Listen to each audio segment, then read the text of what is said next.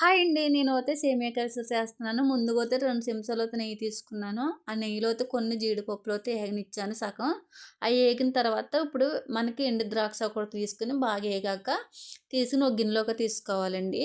ఏ గిన్నెతోటైతే నేనైతే సేమియాలు తీసుకున్నాను. ఆ నేతిలో కొంచెం ఏగనిచ్చాక తీసుకొని పక్కన పెట్టుకోవాలి. ఏ గిన్నెతోటైతే మన సేమియాలు తీసుకున్నామో అదే గిన్నెతో 3 గిన్నెలైతే వాటర్ తీసుకోవాలి. అవి మరిగాక పసుపైతే చిటికెడైతే ఏసానండి. నేను కలర్‌కు బదులు పసుపైతే ఏసాను.